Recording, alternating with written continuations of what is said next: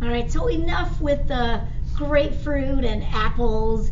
We're never going to have an assessment on counting apples and grapefruits and all that good stuff. But it sets the stage for counting atoms and molecules. That we will be doing.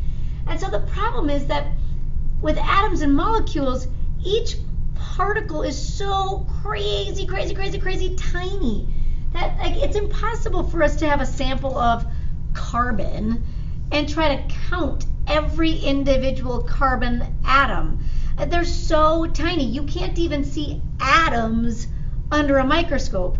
And we think about cells. I can see a cell under a microscope, but a cell is millions and billions and billions and trillions of atoms. It's like this whole concept of an atom is really hard to visualize, just how small an atom is, or a molecule of water. It's insanely small. And so we can't just measure one water molecule, but we can measure a group of water molecules or a group of carbon atoms.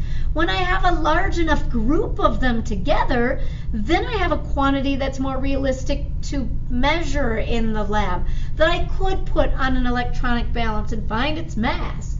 And so again, we're kind of like massing by using quantities. And so they use that analogy of like a dozen apples. A dozen means 12 apples, and a dozen apples had a mass of 2 kilograms.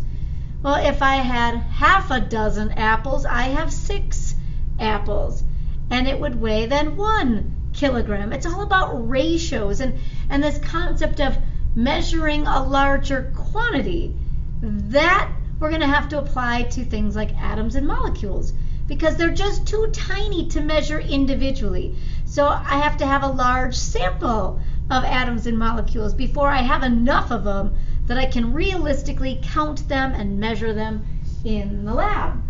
And so kind of like the term dozen, a dozen meaning 12 of something, we have a unit in chemistry called a mole, abbreviated MOL. I guess it doesn't really make it that much shorter, huh?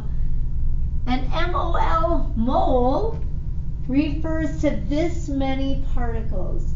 6.02 times 10 to the 23rd particles. That's a lot. Like, that number is even on its own hard to comprehend. That number would be like 6.02. And then times 10 to the positive 23rd means that this is a big number. So I need to move my decimal spot 23 places to the right.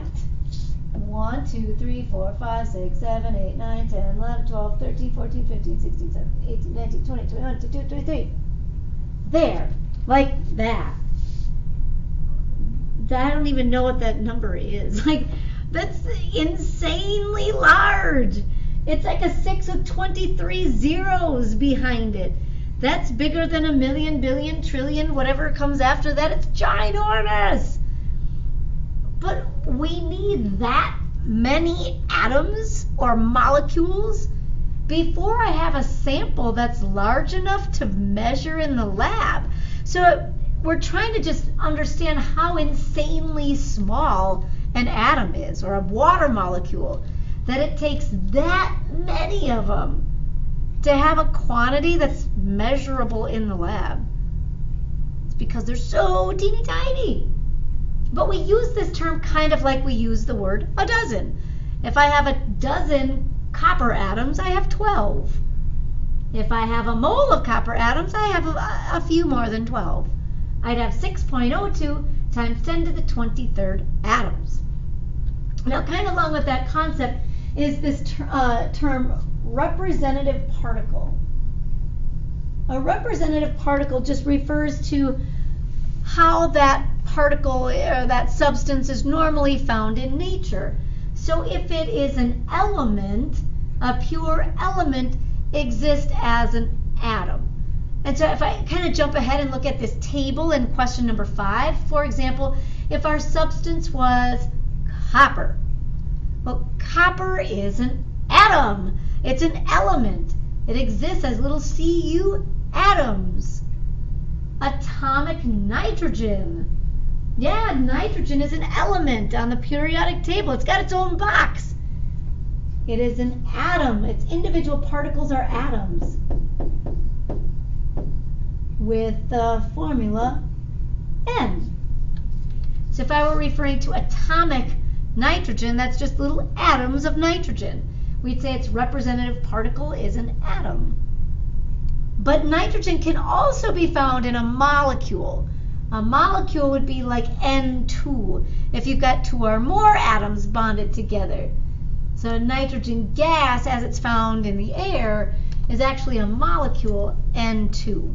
But then in nitrogen gas, in the air, its representative particle would be that N2 molecule. So if I had a mole of nitrogen gas, I would have 6.02 times 10 to the 23rd nitrogen molecules, N2 molecules. The same could be said if I had a mole of atomic nitrogen.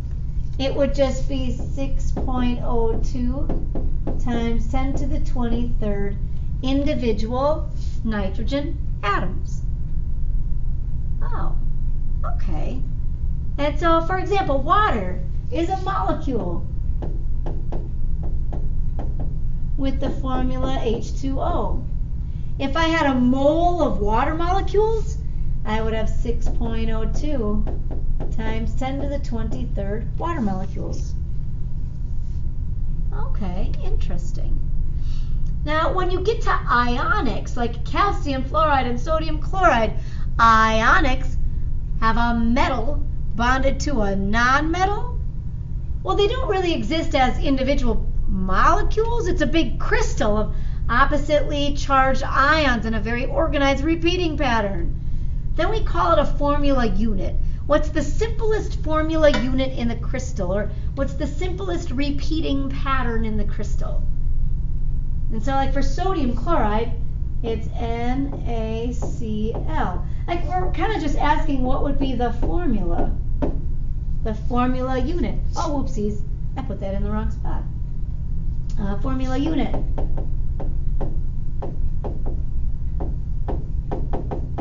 But then, yeah, it's a +1 -1. NaCl would be my simplest repeating pattern of the crystal.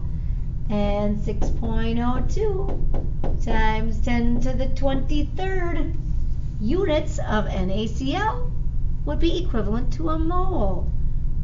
So notice that this term mole is always 6.02 times 10 to the 23rd particles. It's just that the individual particle could look a little bit different. Elements, like these guys, elements, something that's got their own box on the periodic table, elements exist as atoms. Some things exist as molecules. Usually these are covalent. Covalent structures exist as separate molecules. And then finally your ionics exist as big crystals. So we report the representative particle as the simplest formula unit in the crystal, the simplest repeating pattern in the crystal, which basically just write its formula, and then you'll get that formula unit. But they all then have the same number of particles per mole. It's like I could have a dozen cookies, I could have a dozen eggs, I could have a dozen chickens, I could have a dozen donuts. And it's always the same quantity. I always have 12. It's just that the substance is a little different. And some substances might be lighter, some might be heavier. I could have a dozen feathers, I could have a dozen elephants. I have 12. It's just that the individual particle is a little different. So the term mole refers to the number of particles in the sample. And they're kind of giving that example down here as if, an egg were like an element. And an element exists as atoms, individual atoms. And so if I have a dozen eggs, I have a dozen I have 12 individual eggs. A sandwich is made up of other substances put together. There's the bread and the meat and the cheese and the lettuce, and they're all put together to make one sandwich. Well, maybe this is a little bit more like a compound, where I could still have a dozen sandwiches, and I have 12 sandwiches. But each sandwich is made up of more than one particle. Like I could have a dozen water molecules, and I have 12 water molecules. 12 H2O molecules would equal 1 dozen. But now if they said, like, how many hydrogen atoms, how many oxygen atoms? Well, then we'd say, okay, well, I got this. So each water molecule has 2 hydrogen atoms. I have 12 molecules. So 12 times 2, would it make sense to say that there are 24 hydrogen atoms? And then if I had 12 water molecules, each has 1 oxygen, I'd have 12 oxygen atoms. That's kind of what they're getting at here with the sandwich. That, like, if you had 2 pieces of bread in your sandwich, and you've got a dozen sandwiches, you've got 12 sandwiches, but each has 2 pieces of bread, well, then you need 24 pieces of bread. You can kind of think of the same thing with molecules. It's all about ratios. That, yeah, I could have 12 water molecules, that'd be a dozen, but since each molecule has 2 hydrogen atoms, there'd really be like 24 atoms of hydrogen. Well, eventually we can do the same thing with this term, a mole. So what if I had like 1 mole of water molecules? Okay, well that would be then 6.02 times 10 to the 23rd molecules. But kind of similar, each molecule would have 2 hydrogen atoms.